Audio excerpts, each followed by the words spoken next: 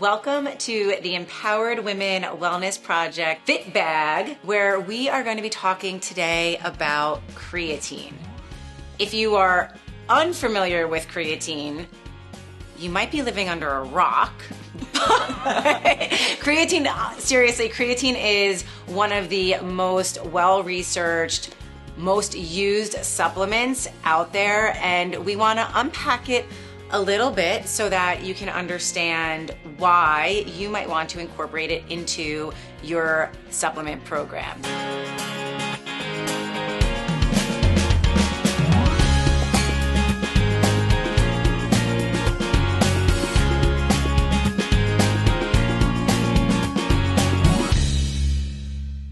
I have to share with you because we all have to be honest, right? So the truth is that because of Lauren and one of our friends, Sam, who we're going to be talking to soon as well, I did order it finally. So I didn't start using it yet. It has not gone into my shake in the morning just yet, but I did level up my strength training.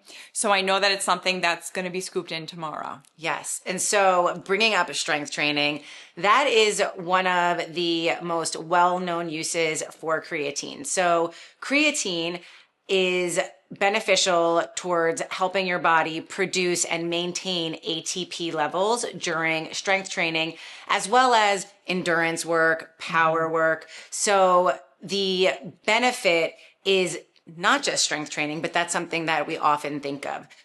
When taking creatine, one thing that we first want to discuss is how much creatine should you be taking, right? So I think that comes up often when women specifically are talking about taking creatine. Yeah. So one of the biggest concerns I hear from women is bloating, right? And this is unfortunately, it's a fallacy, right? Or, I mean, let me take that back a second because some people might feel the effects of bloating when using it. It happens.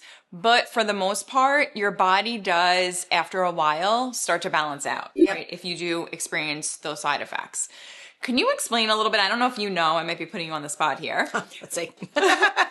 Why some people deal with bloating? Is it because of like the actual mechanism of action of what's happening in your body? Well, so creatine can pull more water into your muscles, and you want water in your muscles, right? So that's a good thing, and it will balance out. And honestly, the amount of creatine that you take is 3 to 5 grams typically for women for working towards improving your strength, your endurance. When people experience more of that like bloating feeling, that is really more associated when people do a creatine loading phase, which you do not need to do. So you do not need to load creatine as somebody who's looking to supplement it into their life on a regular basis. So some people have done creatine loading where they'll take 20 grams of creatine for maybe a week or however long. That is a lot for some people to tolerate. If you are starting with 3 grams of creatine and you can just add it into your protein shake, you can, add it into your amino acids. If you take that, you can just scoop it. No, I wouldn't dry scoop it, but you can just mix it into your water, whatever. And starting at 3 grams, you really should not have any side effects, and you should see the benefits start to pick up over time. But something else I wanted to talk about. So aside from the fact that creatine is super researched and it is, again, well tolerated by the general population, there's really not too many contraindications. But again, if you do have a medical condition, any sort of, kidney disease, liver disease, anything that you might be concerned about, please speak with your doctor, right? We're not medical professionals, but general population, A-okay. Also, if you're on any medications, make sure that you're running any supplements you're interested in taking against your medications to make sure there's no contraindications there either. Yes. So with that being said, creatine is super beneficial, obviously, with increasing strength, muscle mass, which for all of our listeners out there, if your goal is increasing your resting metabolic rate, which also then means that you're burning more calories at rest, you want to put on muscle mass. But there is a lot of research coming out now with creatine and brain health, which to me is super exciting for anyone who's like, I don't know how much muscle mass I want to put on. If you're still kind of on the fence with that, there is research coming out on how it impacts your sleep, your memory. So if you're somebody who has a mentally taxing, demanding job, creatine will also benefit you. And there's research, there's more that needs to be done, but talking about Alzheimer's and Parkinson's, I was listening to one of the podcasts that I listened to, Found My Fitness, and she was talking about research that's starting to take off on that. So there's really a lot of reasons why you might want to consider creatine supplementation. I was also thinking too, like some of the women that I work with tell me that they have a hard time focusing. They're forgetting things, taking care of their children, taking them here and there. They're feeling a little bit drained, not as energized, also feeling like, oh my goodness, I forgot where I put my keys.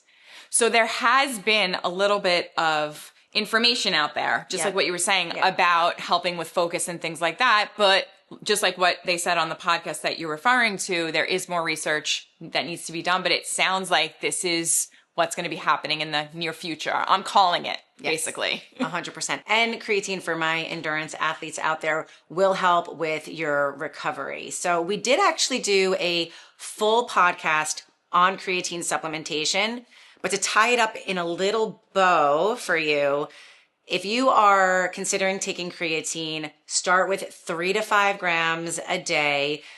You do not have to worry about looking for a creatine that is marketed towards a female. Creatine monohydrate in its pure form, any variation, right, is fine. It does not have to be female creatine or any of that. Start with 3 to 5 grams a day. Incorporate it into your protein shake. You will benefit from it physically, mentally, your sleep, your recovery. It is so good for you. And again, check out our podcast on it, which we will also link here so you can get a little bit of a deeper dive into why we really believe that it is a supplement that you should be considering for your strength and your overall health. So thank you all so much for joining us. Again, like Lauren said, make sure that you check out the entire podcast episode if you want more information. We'll make sure that we link it in the show notes below. If you're enjoying our content, please like, subscribe, share, and follow so we can continue to bring you incredible content. Until we meet again, happy watching.